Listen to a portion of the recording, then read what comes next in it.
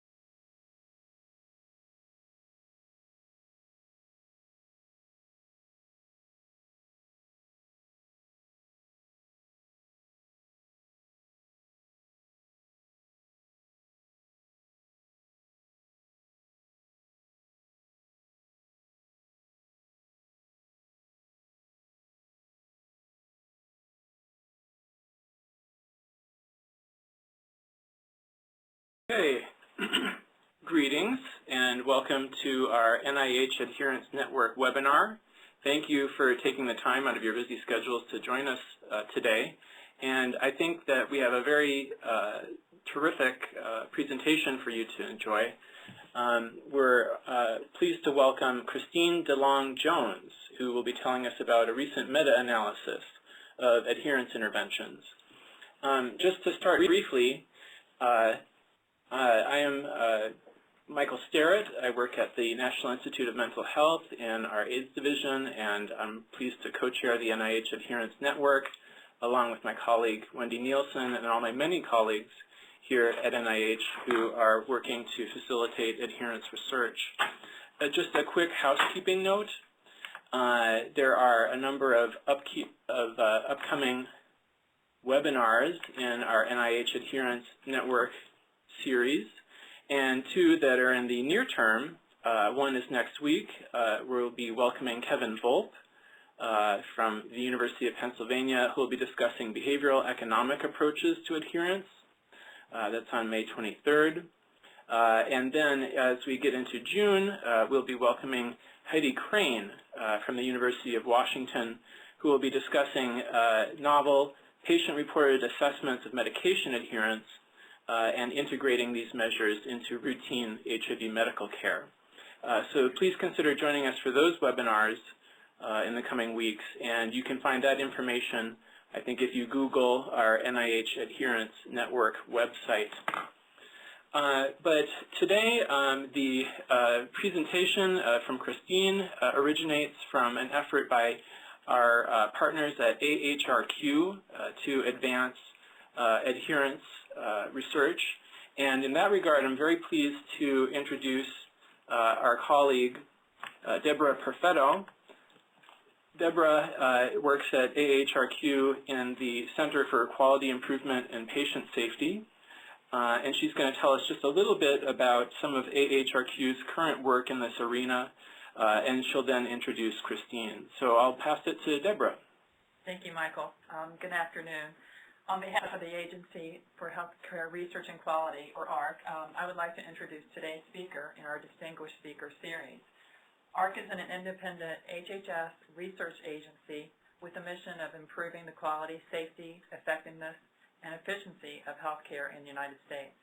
Its broad portfolio of health service research and dissemination includes support of the ongoing public adherence campaign of the National Consumers League, known as SCRIPT. AHRQ also sponsors 11 evidence-based practice centers, or EPCs, that support evidence-based healthcare services and quality with their systematic reviews and technology assessments of the relevant scientific literature on clinical, behavioral, and organizational and financial topics. The EPC program recently published evidence reports about 8 high-priority topics affecting healthcare quality today. This collective effort, called the Closing the Gap Quality Gap Series, culminated in a summary and methodological recommendation to move the field of quality improvement forward.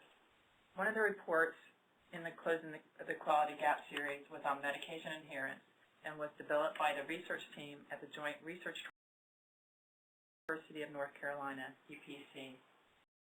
Our speaker today, Dr. Christine DeLong Jones, is an internist, health services researcher with the RTI UNC EPC, and an investigator for Closing the Gap Quality Gap Medication Adherence Systematic Review. Dr. Jones has an interest in medication adherence, self-care adherence and heart failure, and care transitions, quality improvement, and program implementation. She has her Bachelor of Arts at St. Olaf College in Northfield, Minnesota, and her medical degree at Emory University School of Medicine. She Internal Medicine Residency and Chief Residency at the University of New Mexico, and a Preventative Medicine Residency at the University of North Carolina at Chapel Hill. Currently finishing an NRSA Primary Care Research Fellowship at the University of North Carolina. She cares for patients in both inpatient and outpatient settings and believes that improving adherence both to medications and self-care programs is a critical factor to improving health outcomes.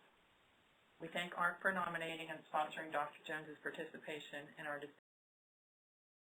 I look forward to her presentation and the findings about the benefits, harm, and gaps in the evidence for patient, system, and policy-directed interventions for medication adherence.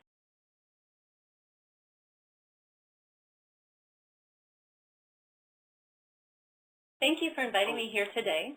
And we're going to have a brief introduction. Christine, I understand that there is a sound issue and that we're working on that right now. If everyone could just hold for 1 minute.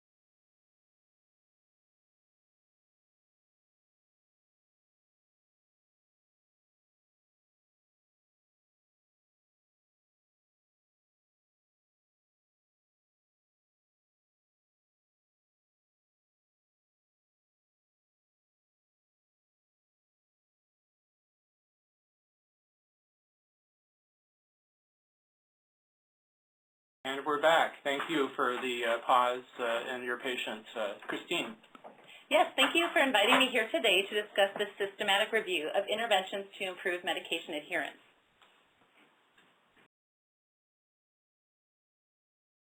I'd like to acknowledge my co-authors at the RTI-UNC Evidence-Based Practice Center and our excellent project officers at AHRQ, Carmen Kelly and Debbie Perfetto.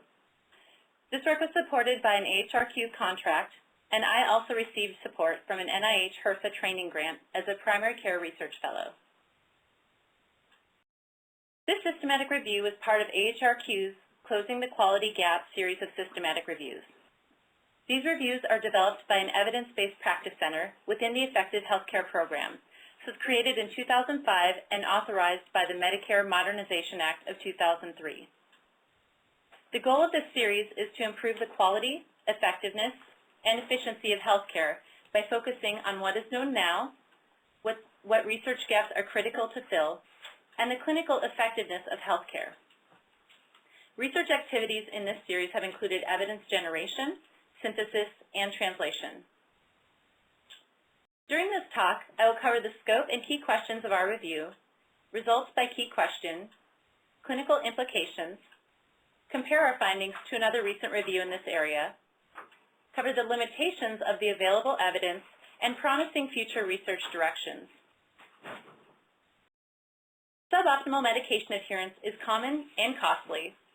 Approximately 20 to 30% of prescriptions are never filled, and 50% of medications are not taken as prescribed. This leads to serious health consequences, including 10% of hospitalizations and 125,000 deaths annually. Non-adherence has been estimated to cost the U.S. healthcare system between $100 and $289 billion annually. To evaluate the effectiveness of interventions to improve medication adherence, we completed a systematic review. The objective of this review was to assess the comparative effectiveness of interventions directed at patients, providers, systems, or policy levels that aim to improve medication adherence for adults with chronic health conditions in the United States.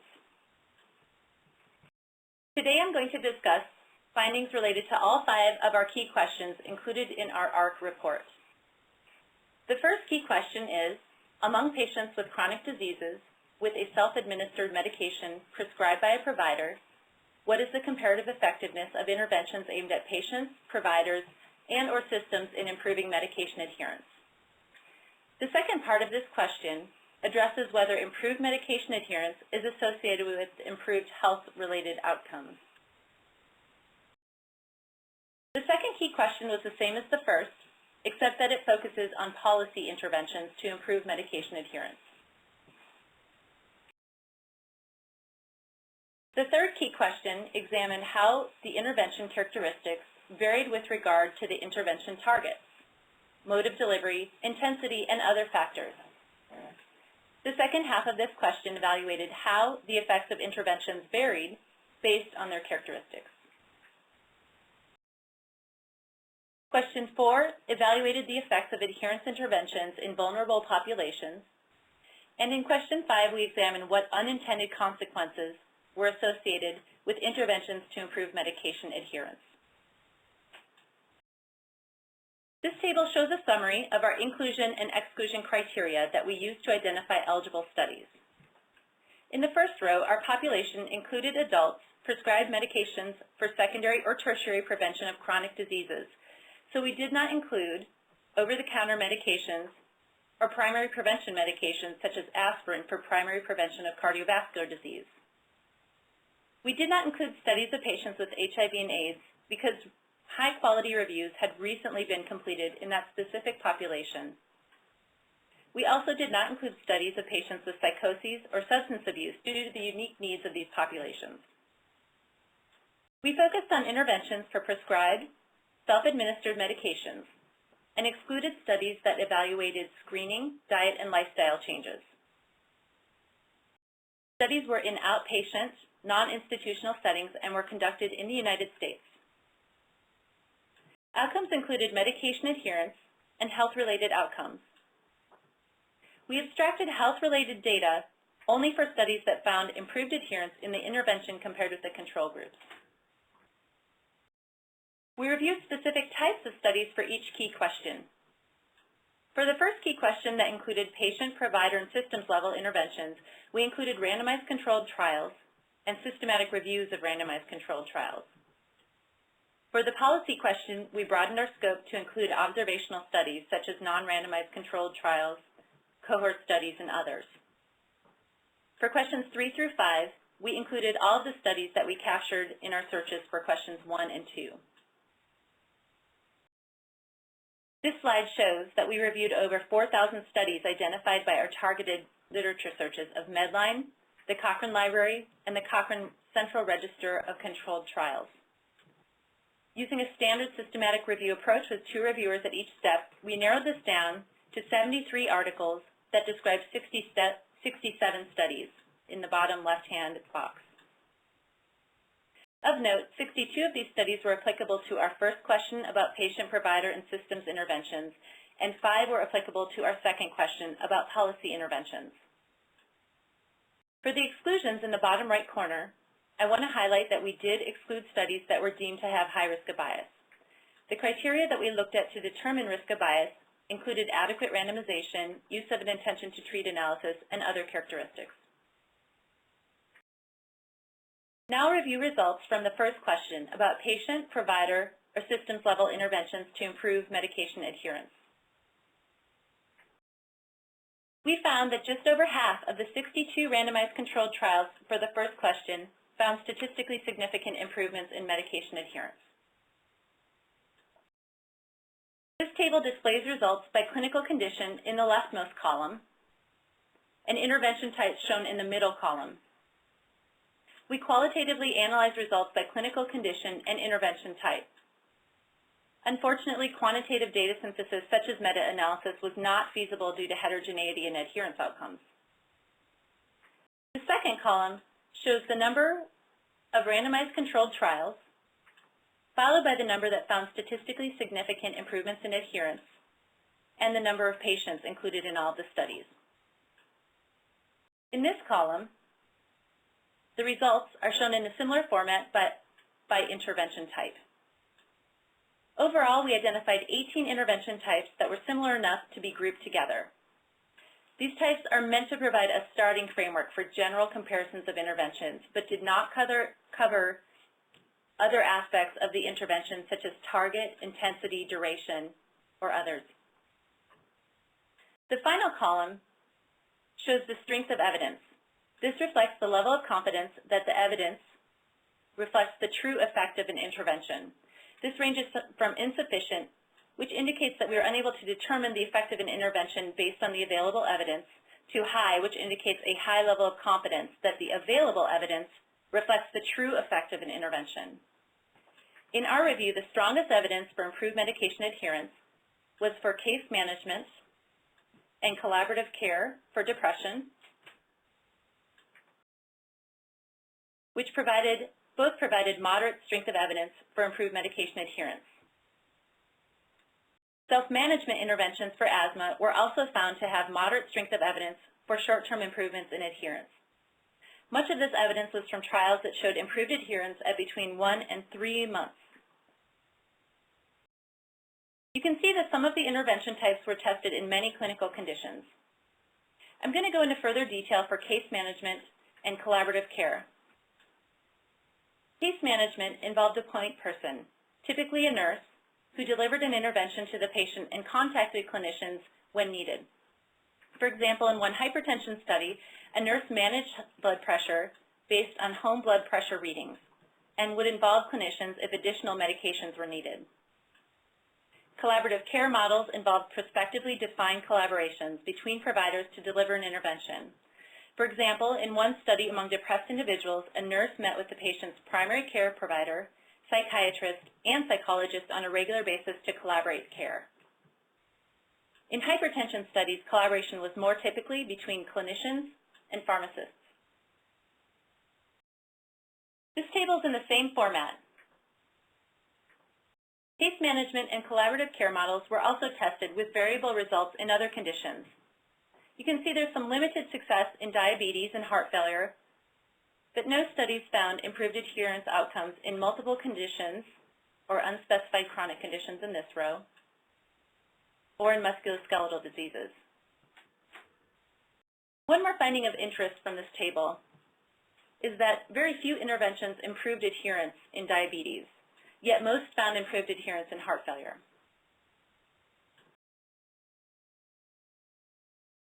Among the 33 studies with improved medication adherence, 26 also evaluated clinical outcomes, and 18 found improvements in clinical outcomes. This table summarizes the clinical outcomes from studies that found improved adherence. Case management interventions for patients with hypertension improved both medication adherence and systolic blood pressure. This was in 2 studies, and the improvement in systolic blood pressure was between 8 and 14 millimeters of mercury, and this was the difference between the intervention and control groups at the conclusion of the study. The blood pressure was checked between 6 weeks and 6 months. Face-to-face education with pharmacists for patients with hypertension improved both adherence and systolic blood pressure. Again, this was from 2 studies, and the difference between the groups was between 6 and 9 millimeters of mercury at about 6 months, and this provided moderate strength of evidence for improvements in blood pressure. Case management and collaborative care interventions for patients with depression both improved adherence and improved depression outcomes. There were 3 studies in both of these rows for depression. Shared decision-making for patients with asthma improved both adherence and multiple outcomes, including pulmonary function, asthma symptoms, as measured by short-acting beta agonist use, quality of life scores, and healthcare utilization, which was defined as visits for asthma-related symptoms. This was in 1 study. Finally, a multi-component pharmacist-led intervention for heart failure that included literacy-sensitive education and face-to-face visits with the pharmacist reduced utilization outcomes of ED visits and hospitalizations, and improved patient satisfaction.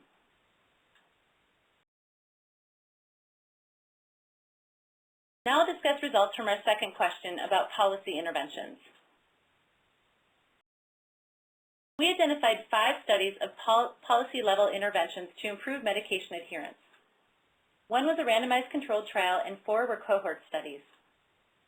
All 5 reduced out-of-pocket expenses for patients in the intervention arm.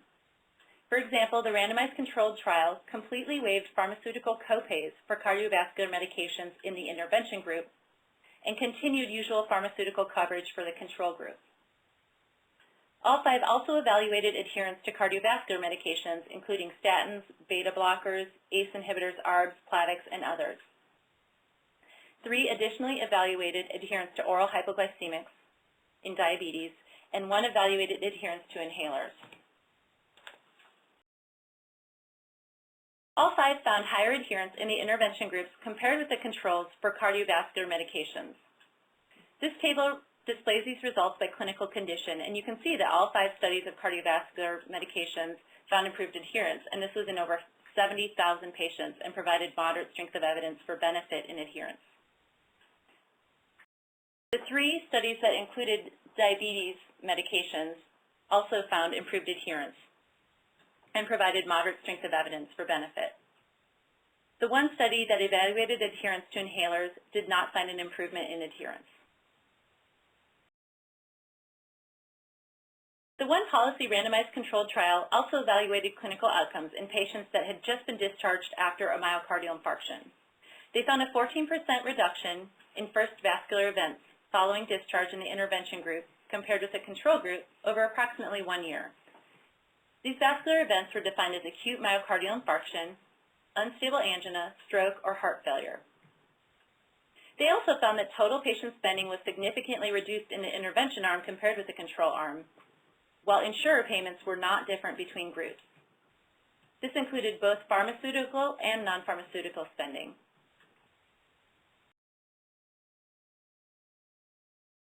I'll now discuss the results from our 3rd question about the characteristics of adherence interventions. I'm going to focus this discussion on the studies that aimed at patients, providers, and systems included in our first question.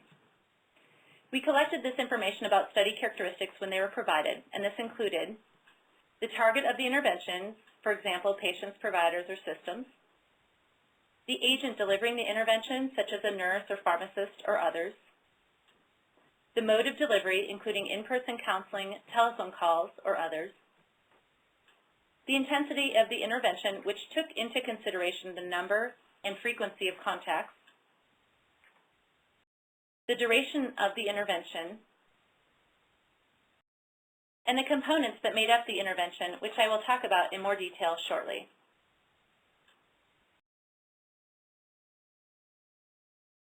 With regard to the intervention targets, we found that just over half of the studies targeted multiple sources of change, such as patients, providers, and systems, or other combinations of the 3. Just over 40% of the interventions were directed only at patients. As far as the agents delivering interventions, we found that around half were delivered by pharmacists, physicians, or nurses. The remainder were delivered through a variety of agents, including automated systems, multidisciplinary teams, care managers, medical assistants, health coaches, and others. About half of the interventions involved at least some face-to-face delivery of the program. The intensity of interventions varied widely, with the number of contacts ranging between 1 and 30 contacts between the agent delivering the intervention and the intervention target. This did not include one outlier of a telehealth intervention in which patients had an average of 157 contacts with the system over 6 months. The frequency of contacts ranged from daily to once every 3 months. And total contact time ranged anywhere from 6 minutes to 12 hours, but a majority of interventions involved less than 2 hours of total contact time, with a median of 111 minutes of total contact time.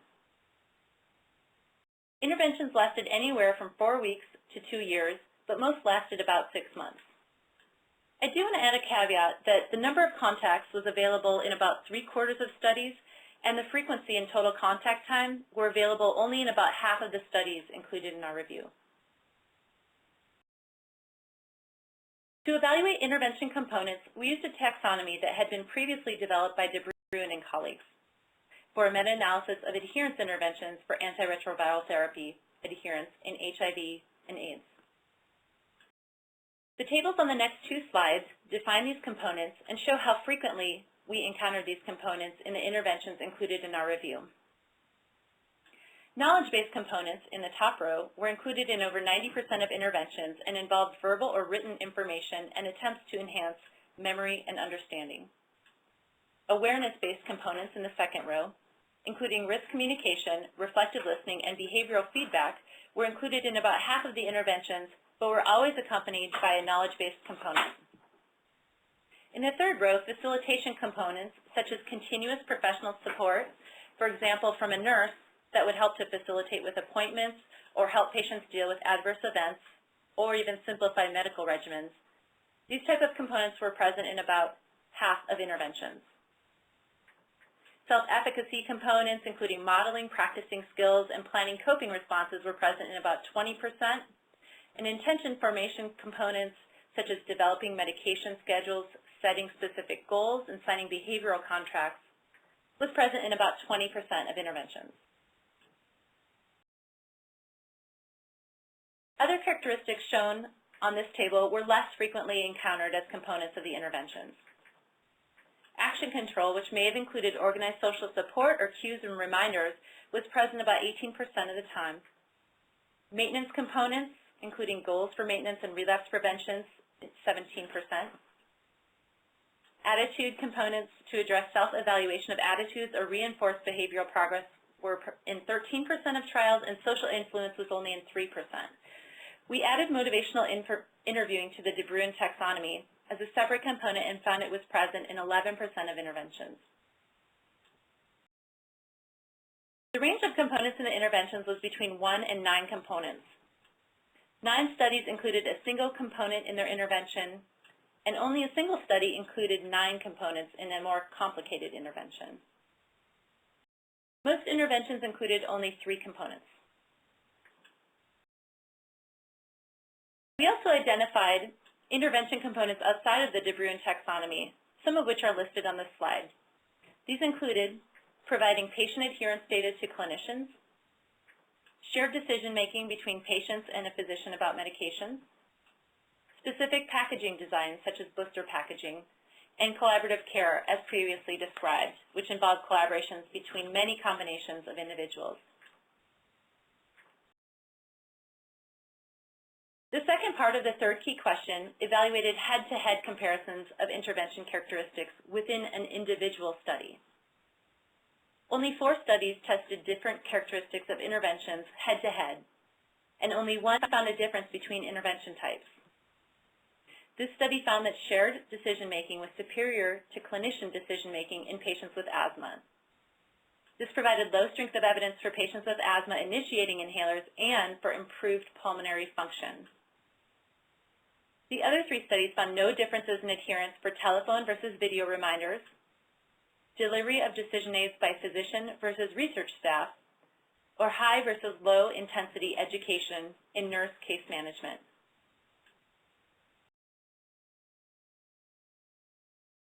I'll now discuss the results from our 4th and 5th questions about vulnerable populations and unintended consequences, respectively. Within all of our studies, we evaluated outcomes in vulnerable populations of interest, including racial and ethnic minorities, patients with special health care needs, including low health literacy, comorbid diseases, and severe illnesses. Vulnerable populations also included the elderly, low-income patients, under and uninsured, and inner city or rural populations. We found low strength of evidence of benefit in medication adherence for the following. For racial ethnic minorities, we found evidence for improved adherence for African Americans with comorbid depression and diabetes with case management collaborative care intervention. For patients with severe disease, including major and severe depression, collaborative care interventions improved medication adherence. For patients with comorbid depression and hypertension, case management improved medication adherence. And for elderly patients with diabetes, hyperlipidemia, heart failure, or hypertension, a variety of approaches improved adherence, including copay reduction, blister packaging, reminder video or phone calls, education face-to-face with a pharmacist, and collaborative care. We found insufficient evidence for interventions in populations with comorbid diseases. This included collaborative care for depression and diabetes in populations other than African Americans, and collaborative care for depression and HIV.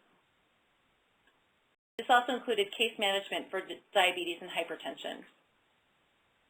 We also found insufficient evidence for populations in rural communities for self-management with asthma and case management for multiple chronic conditions. Of note, we found no evidence for patients with low income, those who are under or uninsured, and those with low health literacy.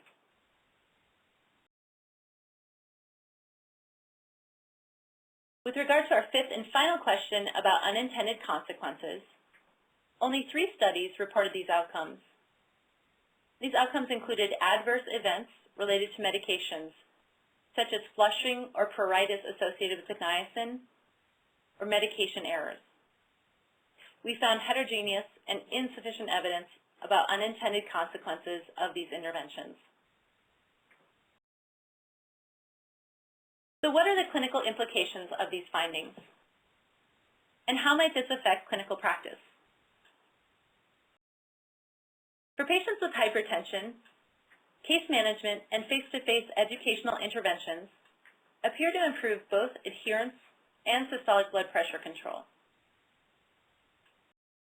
For patients with depression, case management and collaborative care both appear to be beneficial to improve both medication adherence and depression symptoms.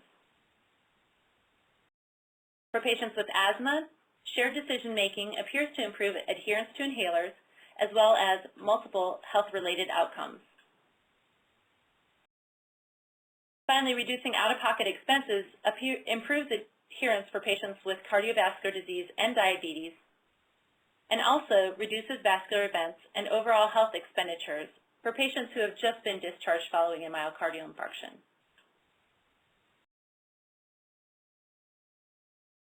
Since we excluded studies to improve antiretroviral adherence in patients with HIV and AIDS, we wanted to see if the results from our review were comparable with a recent review in this area. I'll focus this discussion on the meta-analysis by Simoni and colleagues.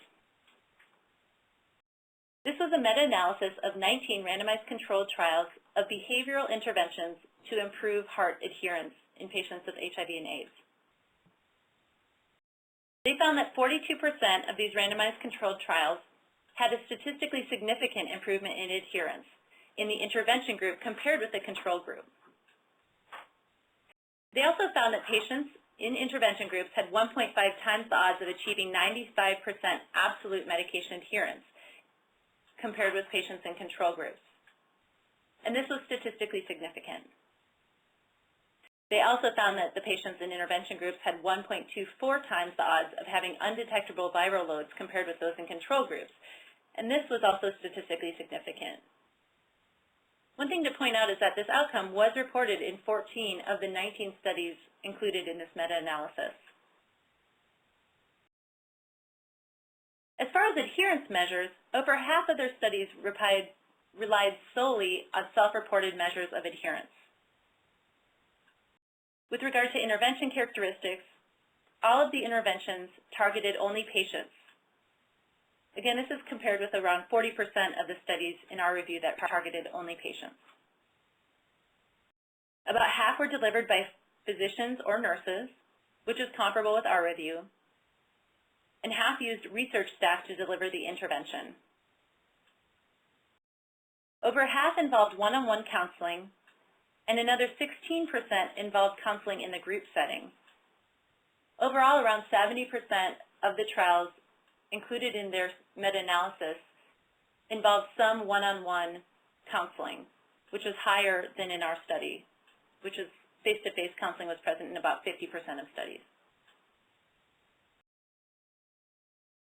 Interventions in the Simoni meta-analysis included a median of 2 sessions with a total median time of 60 minutes for the intervention.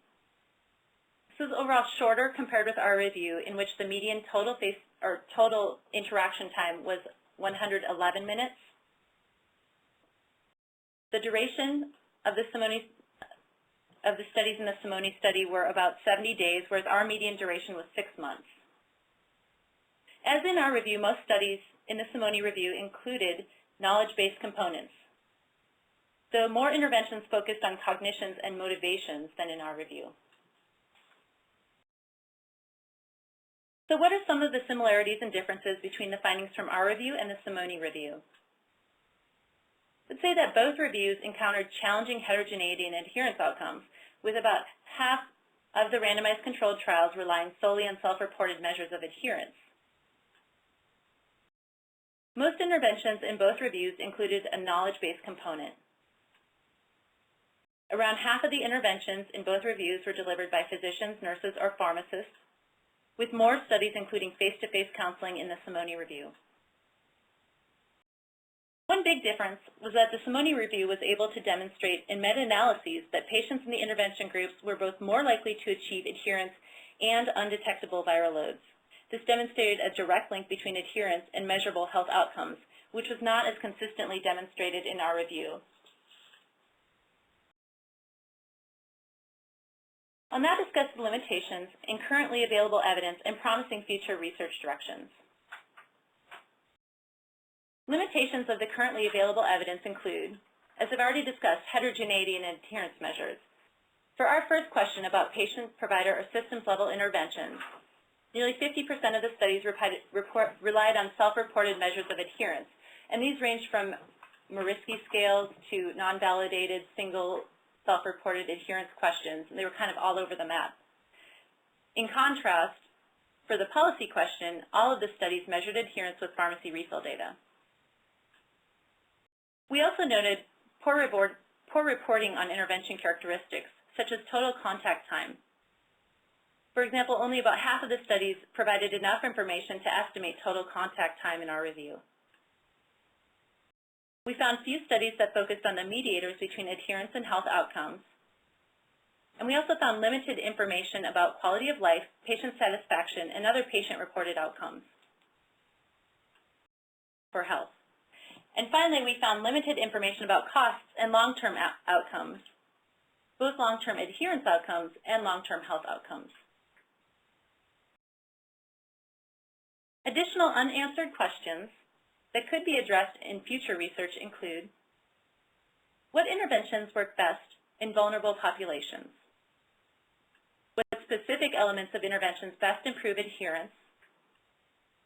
What is the additive effect of combining interventions, for example, copay reduction and case management? How can we further link adherence to health outcomes as they did in the Simoni review? And how can we promote adherence over the long term for patients with chronic diseases? I'm going to end a little bit early, but here are some references to our manuscript in the Annals of Internal Medicine, which is available through their website. I provide that link, as well as a link to the full report on the AHRQ EHC website. Thank you for your attention. I'm happy to answer any questions you might have at this point. Thank you very much, Christine. We really appreciate you sharing this work with us today here on the Adherence Network webinar. Yes, as Christine noted, please do send your questions to us. You can either tweet them to us at the hashtag NIHadherence on Twitter, or feel free to email those questions to me, and our address is here on the screen. While we're waiting for any questions to come in, I wonder if I can just ask a couple of questions to get us started. Absolutely. Thanks. And I'll start by saying that it's really great to see this work come forward. It definitely fills a gap where there's been scant review of the adherence intervention literature outside of the context of HIV to date, and this importantly targets that gap. You've also very helpfully looked at interventions that have different modalities, and I think the focus on policy interventions here is very novel and important too.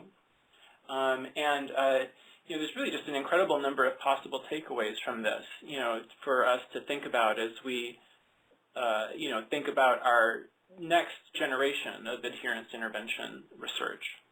I might start there.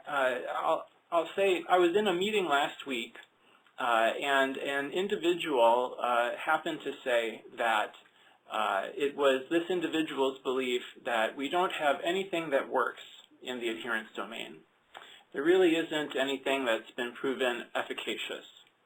And I do think sometimes there's that idea out there, it's very difficult to change this behavior.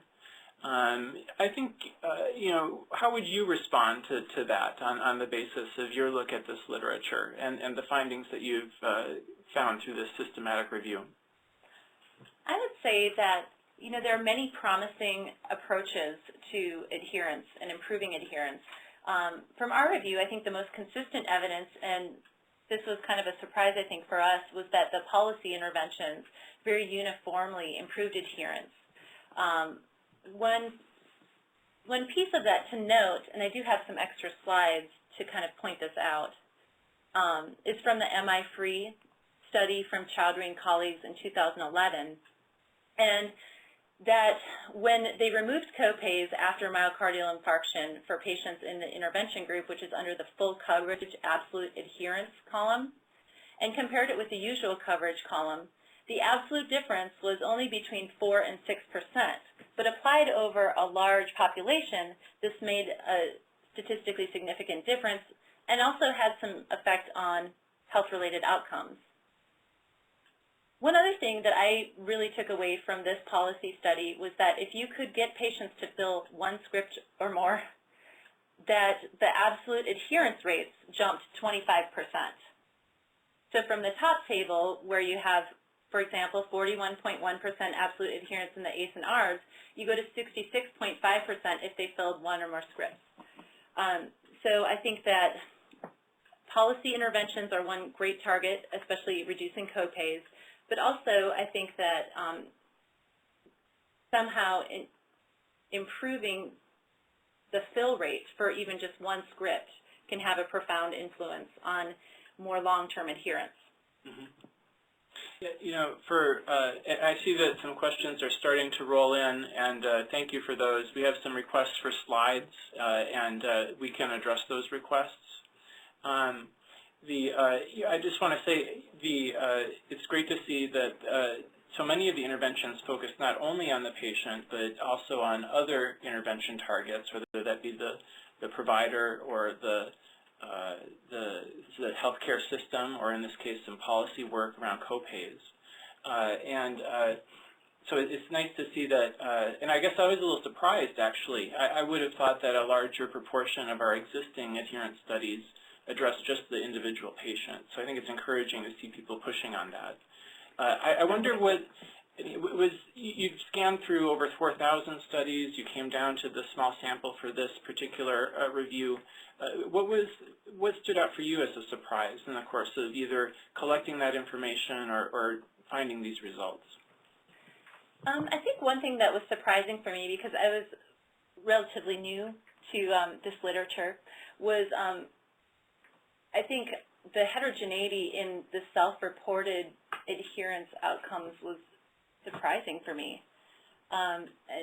It seems that more and more studies are also reporting pharmacy refill data or some sort of NPR or MEMS caps, but that was one thing that was surprising, and then how big of a challenge that became when you're trying to make sense of it all. So the heterogeneity. Also, I think the uniformity of the policy outcomes were surprising for me personally. And then another thing that kind of stood out to the group were that for some of the depression studies and the comorbid depression with other clinical conditions, that there was a lot of evidence that supported collaborative care and case management approaches to these patients with depression. So that seemed to be one area where there were some more uniform kind of findings. Mm-hmm. Thank you. So we have some questions rolling in. One question was that you looked at different approaches, different modalities in terms of trying to influence medication adherence and described a range of approaches. This question asks about the potential for technologic approaches, you know, smartphone delivered text messages or otherwise, you know, to affect adherence. Did you see anything in that literature that might indicate that was a promising approach? You know, we didn't see a large volume of, for example, text message reminders. I think there was one for I think it was in a French study for soldiers taking prophylaxis for malaria, I believe. But that one was infectious disease, so it didn't make it into our overall body that we reviewed. There were a few telehealth types of interventions, for example, a video intervention, and that one seemed like it was comparable to the telephone. That one had 3 different arms, and it had a control group, telephone group, and a video group, and the telephone and video seemed pretty comparable. I'm trying to think about other ones, but there were maybe a handful of those such types of interventions. So that's another area for exploration. Yeah, I think some of that work is just coming forward now, and you know, not always you know, in a completed RCT. There's some preliminary evidence in the HIV area to suggest that interactive text messaging, not one-way but two-way, can be helpful for medication adherence. But that work is still developing. We have a question here from our Twitter site. What's the next step to decrease heterogeneity in outcomes of these trials? Recognizing that many studies use different measures and even different approaches to calculating the same measure. So I think here we're looking at what the potential is in terms of how we assess these outcomes in adherence research. I think that it seems to me that as pharmacy refill data and pharmacy data becomes more uniformly available, that can be one way to supplement this, and providing one uniform measure, at least absolute adherence between groups, might help with that, or a percentage that achieved 80% or more adherence. So if there are self-reported measures, also supplementing that with something that could be measured, and we could dream of doing a meta-analysis then. So it sounds like a move towards triangulation around multiple measures would be helpful, not just self-report, but also some other measure of adherence, and then, of course, some kind of clinical or biological outcome. Yes, absolutely. It was heartening to see that you did find trials that had influences, that had effects on actual biologic or clinical outcomes. Yes. That was great to see. Another question here. Let's see. There was relatively low use of motivational interviewing in this review. What do you think about the potential for MI use, motivational interviewing use with patients to positively influence adherence outcomes? I mean, I think since we only had 11% of interventions with MI involved as part of the intervention, it's difficult for me to say exactly if those were more likely to have improved adherence, but it seems that would be one area for potential exploration. I think part of the reason is that MI is kind of a relatively new kind of concept. At least that's my impression. Please correct me if I'm wrong. So that we looked at studies all the way back to 1994, so it was more of a recent inclusion in interventions. I mean, more broadly, it's interesting to see that there is such a mix of approaches that are used to target adherence. And, of course, you found that the majority of them were really just educational in their flavor. To the point that it kind of made me wonder if just basic education is becoming usual care. But the usual care was not, I would say, generally usual care was not thoroughly described. So it was difficult to tell what the usual care patients in these RCTs had received.